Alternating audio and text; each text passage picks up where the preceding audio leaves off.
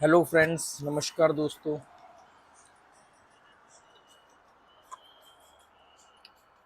आप लोगों को भी ये सब देख करके अजीब लग रहा होगा या कुछ याद आ रहा होगा, क्योंकि एक महीने पहले मैं यही सब कर रहा था और एक महीने तक मैंने ऐसा कोई सोलो वीडियो नहीं बनाया। और सेम जस्ट मैं अभी सो के उठा हूँ। इस समय 10:15 हो रहे हैं और 10 बजे नॉक हुआ गेट पे, क्योंकि 10 बजे ब्रेकफास्ट टाइम है तो वो ब्रेकफास्ट देने आए थे। लास्ट टाइम मैंने इनको 10:30 बोला था, क्योंकि मैं लेट सो करके उठता हूँ। जैसे मैं कल 4 बजे सोया, 12 बजे के आसपास लाइव ख़त्म हुआ था। उसके बाद थोड़ा बहुत कुछ पढ़ने बैठ गया। वो ऐसे ही मतलब 3:30 से 4 के बीच में मैं सोया था। यूएई का टाइम, इंडिया में 1.5 घंटे आप उसको और लगा सकते हो।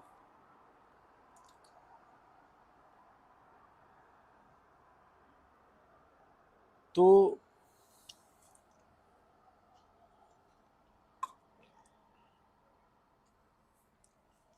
मुझे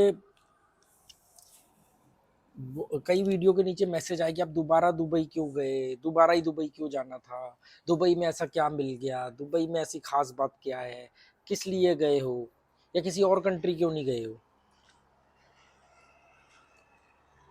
कई लोग तो सजेशन दे रहे हैं कि भी आपको तो किसी और कंट्री जाना चाहिए था। तो देखो, आज मेरा दूसरा दिन है। पहले दिन तो मैं थकावट में सो के उठा था 9 बजे। आज वही कमरा है और वही मैं हूँ। और सुबह उठते ही किया कि चलो कुछ बकबक करते हैं। मैंने एक वीडियो बनाया था, पैराडॉक्स ऑफ चॉइस। कि कहीं आप अपनी पसंद के शिकार तो नहीं हो, विक्टिम तो नहीं हो। इसका मतलब ये होता है कि सब कुछ ठीक चल रहा है, जबरदस्ती हम और ठीक की तलाश में जो ठीक है उसको हिलाएं, उसको डिस्टर्ब करें। मैं एक महीने पहले यहाँ था दुबई में, यूएई में। मैं 55 दिन यहाँ रहा। आखिरी के 15-20 दिन में बहुत ज़्यादा सकारात्मक बदलाव हुए, बहुत ज़्यादा अच्छा लगा। ट्रैफिक का शोर तो नहीं आना चाहिए, क्योंकि मैंने इसमें नॉइज डिटेक्शन ऑन किया हुआ है। तो क्यों ना मैं उस, जो मैं 15-20 दिन रहा, मैं उसको और एक्सप्लोर करूं और जीऊं उन दिनों को। हालांकि ऐसा भी नहीं कि मैं कोई बाहर सड़कों पे घूम रहा था, तब भी मैं कमरे के अंदर ही रहता था। तब लोग कहते थे कि आप दुबई में क्या करने गए हो, स्विमिंग और जिम तो आप यहाँ भी कर सकते हो, आप वहाँ जाके ये दिखाओ, वहाँ जाके वो दिखाओ। तो जो मेरी कम्युनिटी बनी है, मुझे उन पर हैरानी होती है, नए आदमी पर नहीं हैरानी होती। वो तो आता है ट्रैवल का नाम सुन करके, वो कहता है अच्छा ये ट्रैवल ब्लॉगर होगा तो ये हमें ये करके दिखाएगा, वो करके दिखाएगा। पर जो मुझे जानते हैं उनको मालूम है कि मैं हमेशा थॉट्स को महत्व देता हूँ, क्योंकि थॉट्स ही आगे जाके कन्वर्ट होते हैं एक्शंस में। आज मैं यहाँ अपने एक्शन की वजह से नहीं हूँ, थॉट्स की वजह से। थॉट्स ही मेरे लॉ ऑफ अट्रैक्शन को डिसाइड करते हैं। और कितनी अच्छी बात है, आप मुझसे या मेरे जैसों से ये बात सीख सकते हो कि आपको कोई जगह अच्छी लग रही है तो आप इसलिए जा रहे हो क्योंकि वो जगह आपको पसंद आई, वहां पर आपको कुछ पॉजिटिव चीजें दिखी। आप क्यों अपनी लाइफ में लिस्ट लंबी करना चाहते हो कि मैंने ये भी देखा, मैंने ये भी देखा, मैंने ये भी देखा। अब आप ये क्यों नहीं मान लेते कि आप पूरी दुनिया नहीं देख सकते अपने जीवन काल में? आपका जीवन काल बहुत छोटा है। आपको सारी चीजों के जवाब, सारे सवालों के जवाब नहीं मिलेंगे इस जीवन में। आप पूरी धरती को एक्सप्लोर नहीं कर सकते। तो ये कीड़ा किस बात का है दिमाग में कि भी नहीं आपको तो किसी और कंट्री जाना चाहिए था, आप एक ही कंट्री में क्यों रिपीट जा रहे हो? तो मैं भी तो पूछ सकता हूँ कि 15-15, 20-20 साल से आप लोग एक जैसी जिंदगी क्यों जी रहे हो? मतलब मुझे जब सजेशन दे रहे हैं कि आप क्यों दोबारा गए, मैं पूछ रहा हूँ कि क्यों? आप अपना जवाब दो कि आप क्यों एक जैसी जिंदगी जी रहे हो।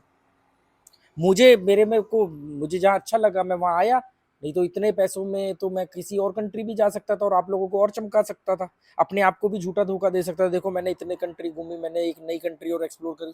किसको दिखाना है, किसको धोखा देना, अपने आप को या आप लोगों को? आप लोग कौन हो मेरे? या कोई भी कौन है मेरा? कभी कोई अपनी बीवी को दिखाने के लिए, कोई बच्चों को दिखाने के लिए, कोई माँ बाप को, समाज को दिखाने के लिए तो आप लोग जिंदगी जिए, या बहुत ज्यादा हो गया तो अपने आप को दिखाने के लिए। मुझे जहां अच्छा लगा मैं वहां हूं। ये मेरे जीवन का एक सच है, और ये मेरे जीवन का एक फैसला है जो मैंने कॉन्शियसली इंटेंशनली लिया कि जहां मुझे पसंद है मैं वहां हूं। मैं जो करना चाहता हूं वो कर रहा हूं। कल लाइव में लास्ट में क्वेश्चन आया था किसी भाई साहब का, बिल्कुल लास्ट में आया था, बंद करने ही जा रहा था इसलिए मैं पूरा डिटेल में जवाब नहीं दे पाया। उन्होंने बोला कि देखो आपके साथ हम मतलब जुड़े हुए हैं, रियल हो आप मत कभी फेक हो जाना। मतलब जैसे वो आजकल चल रहा है ना बड़ा, वो यूट्यूबर एक दूसरे को चीड़ फाड़ कर रहे हैं तो सबकी पोल खुल रही है, तो उन्होंने कहा कि भाई आप मत फेक हो जाना। मैं उनसे या उनके जैसे किसी भी आदमी से कहना चाहता हूँ, क्योंकि मेरे साथ जो लोग जुड़े हैं वो ज़्यादातर कोई 1 साल से, कोई 2 साल से, कोई 3-4 साल से। इवन अभी मुझे एयरपोर्ट पे तो मेरे साथ बहुत बड़ा इत्तेफाक हुआ, मैंने कल लाइव में शेयर भी किया कि मुझे वो व्यक्ति मिले जो 4 साल पहले मेरे साथ वीडियो मेरे देखते थे जिस समय 50 व्यूज़ आते थे, और मेरी उनसे फ़ोन पर भी बात हुई और वो मुझे गोवा एयरपोर्ट पर मिले। उनकी फ़ोटो मैं इसमें लास्ट में ज़रूर शेयर करूँगा और कम्युनिटी में डालूँगा। तो मुझे इसलिए ज़्यादा अच्छा लगा कि वो आदमी 50-60 व्यूज़ पे आपके साथ जुड़ा था, जब मैंने साइकिलिंग भी नहीं की थी, साइकिलिंग से भी पहले की बात है। वो अचानक आपको मिल रहे हैं। तो मैं ये कहना चाहता हूँ कि अगर मैं फेक निकल गया तो आपको क्या फ़र्क पड़ता है? कौन हो आप मेरे? मैं कौन हूँ आपका? मैं फेक निकल जाऊँ, मुझे 2 गाली देना, डिसलाइक करना, गाली देना, निकल जाना। मैं ना तो आपकी गर्लफ्रेंड हूँ, ना मैं आपकी बीवी हूँ, ना मैं आपका माँ-बाप हूँ, भाई हूँ, कौन हूँ मैं आपका? लाखों करोड़ों चैनल में से एक चैनल ही तो हूँ। इतने लोग बक-बक करते हैं उनमें से एक ही तो हूँ, एक मैं भी हूँ।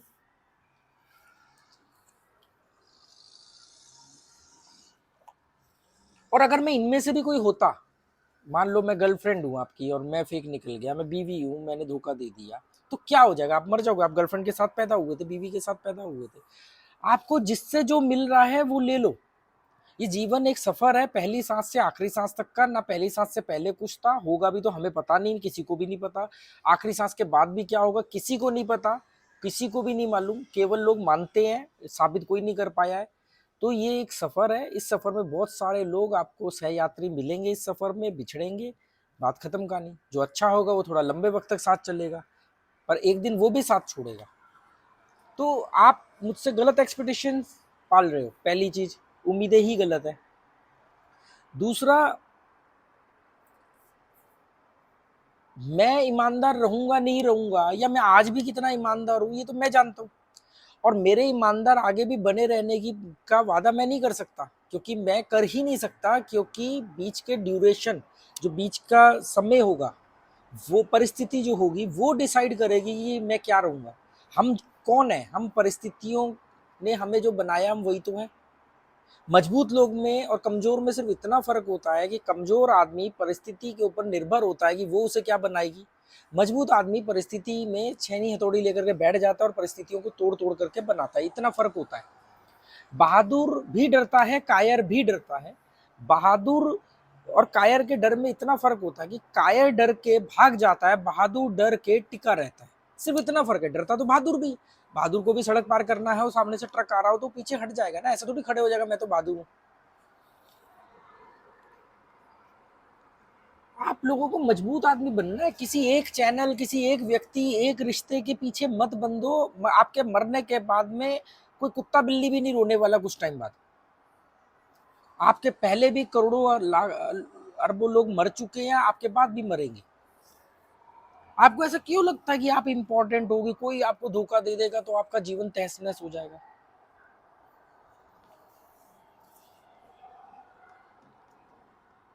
मैं गारंटी नहीं लेता कि मैं आगे ईमानदार रहूंगा नहीं रहूंगा, क्योंकि मैं ले भी नहीं सकता, ये तो परिस्थितियां देखिए डिसाइड करेंगी।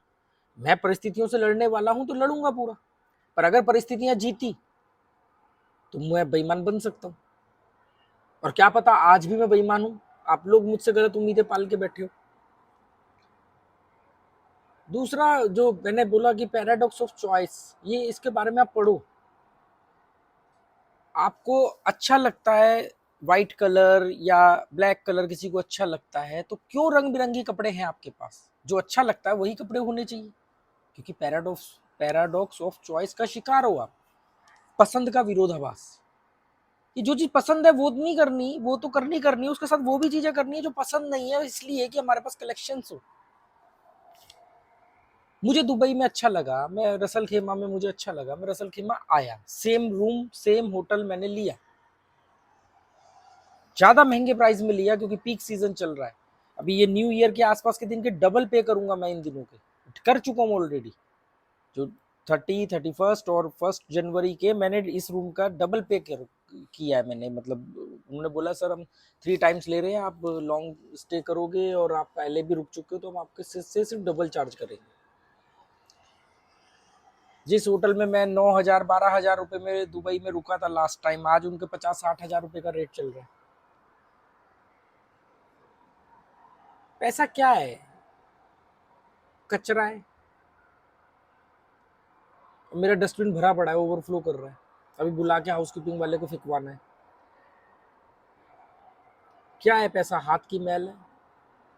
2 दिन नहीं नहाऊंगा, नहीं स्विमिंग करूंगा, पूरी बॉडी में मैल ही मैल होगी। सिर्फ इतना ही है पैसे की इंपॉर्टेंस। ये जो बड़े बुजुर्गों ने कहा ना था ना कि पैसा हाथ की मैल है, वो बहुत इंपॉर्टेंट बात है। उन्होंने कहा कि मैल जैसा ही तो है, कुछ नहीं करोगे तो जम जाएगी, कुछ करोगे तो निकल जाएगी। तो पैसा जो है कुछ ना करने पर ज्यादा आता है, पर आप लोग कर्ता भाव के शिकार हो। आपको लगता है कि हर चीज आप कॉन्शियसली अपनी लाइफ में मैनेज कर सकते हो। कभी बैठ करके एक बैलेंस शीट बनाओ अपनी लाइफ की, चेक करो कि कितनी चीजें आपने मैनेज करी और क्या पाया, और जो थोड़ा बहुत पा भी लिया उसके बदले में खोया क्या? अपना शरीर, अपने रिश्ते, अपना कीमती वक्त, quality time with family, with friends, with your self, सब गवा दिया अगर कुछ हासिल भी किया तो।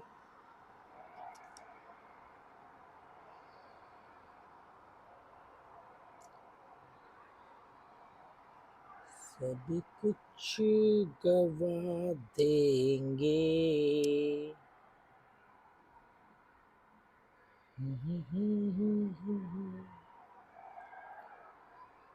हुस्न की वादियों में इश्क पलता रहेगा। हुस्न की वादियों में इश्क पलता रहेगा। जब तक रहेगी ये दुनिया, जब तक रहेगी ये दुनिया, प्यार होता रहेगा। ओ, ये पिक्चर आई थी जब मैं 4th क्लास में पढ़ता था, रेडियो पे ट्रेलर आता था इसका सुबह।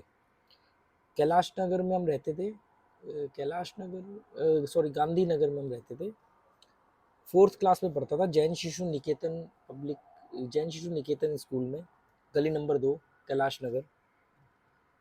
पिक्चर का नाम है वारिस। गाना फिल्माया गया था राज किरण और स्मिता पाटिल। हुस्न की वादियों में इश्क पलता रहेगा। जब तक रहेगी ये दुनिया। आपके व्यूज क्यों कम आते हैं? तो भाई मैंने व्यूज के लिए कुछ किया, ना मैं करता हूँ। अब कटोरा लेकर के भीख मांगने तो नहीं बैठ जाऊंगा। जितने लोग मुझे देखते हैं मेरे लाइव, उससे 3 टाइम्स कम होते हैं।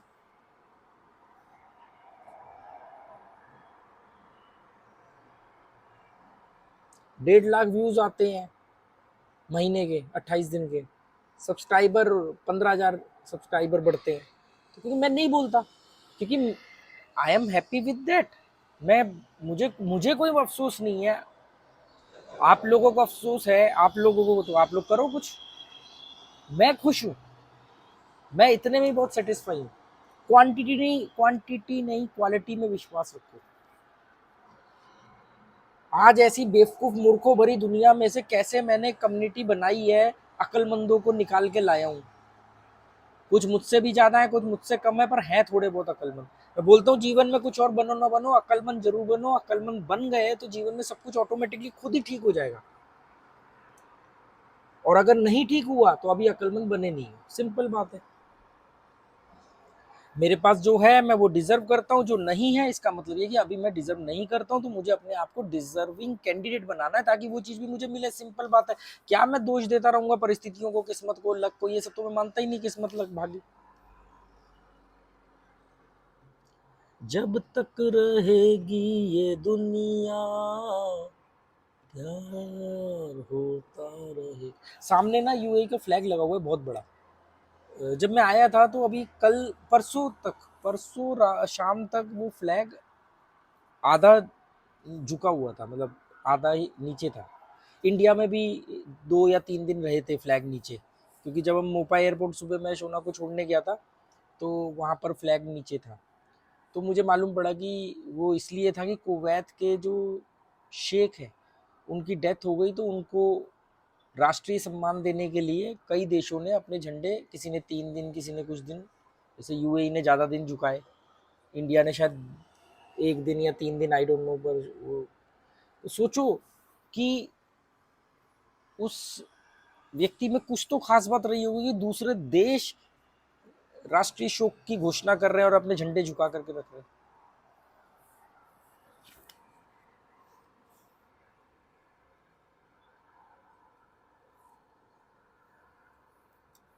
कुछ तो कर ऐसा कि दुनिया बनना चाहे तेरे जैसा। पर ये बात भी गलत है, क्योंकि फिर इस बात का बोझ आ जाएगा कि हमें कुछ करना है। एक्चुअली में कर्ता भाव से बचने की जरूरत है, दृष्टा भाव लाने की जरूरत है। विटनेस जो हो रहा है लाइफ में होने दो, एक्सपेरिमेंट करो, प्रयोग करो अपने जीवन के साथ, बैठ के तमाशा देखो। मैं खेलता हूँ अपने दिमाग के साथ, प्रयोग करता हूँ अपनी लाइफ के साथ, और फिर उसको इंजॉय करता हूँ। इन्हीं प्रयोगों में मैं फिर से सड़क पर हूँ, क्योंकि प्रयोग अगर सीधा सीधा सारे प्रयोग अगर एक जैसे ही चलेंगे तो फिर वो प्रयोग किस बात के रहे। कामयाब हो तो नाकामयाबी का प्रयोग करो, नाकामयाब हो तो कामयाबी का प्रयोग करो, तभी तो सीखोगे और सिखाओगे। जब तक रहेगी ये दुनिया, जब तक रहेगी ये दुनिया, प्यार होता रहेगा, हो प्यार होता रहेगा। इतनी गाड़ियां दौड़ रही हैं, सब में एक जिंदगी है, जिंदगी के गोल है, लक्ष्य है। कोई खुश है, कोई दुखी है, कोई मजबूर है, कोई मजदूर है। मजदूर भी मजबूर है, या मजबूर ही मजदूर है।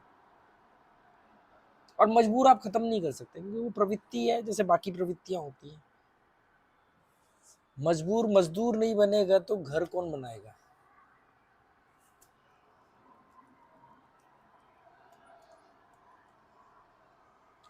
हो प्यार होता रहेगा, हुस्न की वादियों में इश्क फलता रहेगा।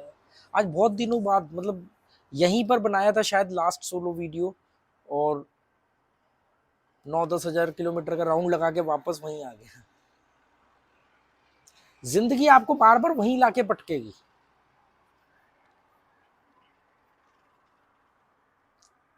लड़ना है जिंदगी के साथ,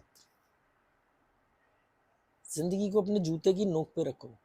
मैं क्या बोलता हूँ मालूम है, जिंदगी को हल्के में जियो, पर जिंदगी को हल्के में मत लेना, क्योंकि जिंदगी बहुत खतरनाक चीज है, वो ऐसा पटकेगी कि आप समझ भी नहीं पाओगे। तो जिंदगी को हल्के में जियो, पर जिंदगी को हल्के में मत लेना, एक ये बात।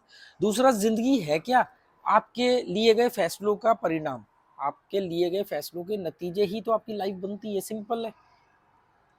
ये बात मैंने यहाँ खोजी थी जब मैं पिछली बार था, तो मैंने लाइफ क्या है, तो पहले तो ये मैं मानता था कि पहली सांस, लाइफ एक प्रोसेस है, जीवन से मौत का प्रोसेस है लाइफ, एक धीमी मौत है। पहली सांस से आखिरी सांस तक का जो सफर है उसको हम जिंदगी बोलते हैं। वो प्रक्रिया, जो वो प्रोसेस चल रहा है उसको हम लाइफ बोलते हैं। और हम हर पल मर रहे हैं, तो हमारे मरने की प्रक्रिया ही हमारी जिंदगी है। हम मरे नहीं है, हम मर रहे हैं। हमें मरने में 70 साल लगेंगे, किसी को 40 साल लगते, किसी को 80 साल, 100 साल भी लगते। तो वो जो मरने का प्रोसेस है वो है लाइफ। ये एक पहलू है। दूसरा ये कि लाइफ की डेफिनेशन क्या है, मतलब लाइफ बनती कैसे है। चलो प्रोसेस तो चल रहा है, ये तो एक बायोलॉजिकल प्रोसेस भी हम कह सकते हैं, जैविक प्रक्रिया है। हम धीरे धीरे मर रहे हैं, धीरे धीरे हमारे बाल बड़े होते हैं, उम्र बढ़ती है, स्किन एक्सपायरी की तरफ जाती है, ये होता है। ये एक जैविक प्रक्रिया हो सकती है। पर लाइफ बनती कैसे है? तो लाइफ एक ही चीज से बनती है, आपके लिए गए फैसलों से। इसमें काउंटर क्वेश्चन ये आता है कि फिर बहुत सारे लोग ऐसे होते हैं जो अपने जीवन में फैसले ही नहीं ले पाते। नहीं, इस दुनिया में कोई आदमी ऐसा नहीं है जो कभी फैसले ना लेता हो। उस आदमी ने फैसला लिया कि मैं फैसले नहीं लूंगा। उसने फैसला लिया कि मैं फैसला नहीं लूंगा। I am a confuse character, I am a lack of confidence, मैं हीन भावना से भरा हुआ हूं, मैं फैसला नहीं ले रहा। नहीं लिया उसने फैसला, तो उसने फैसला ना लेने का फैसला लिया, इसलिए उसकी जिंदगी के परिणाम कुछ और है। किसी ने फैसले लिए तो उसके फैसलों के नतीजे है, उसकी लाइफ है। किसी के फैसले सही हुए, किसी के गलत हुए। फैसला ना लेना भी तो एक फैसला है।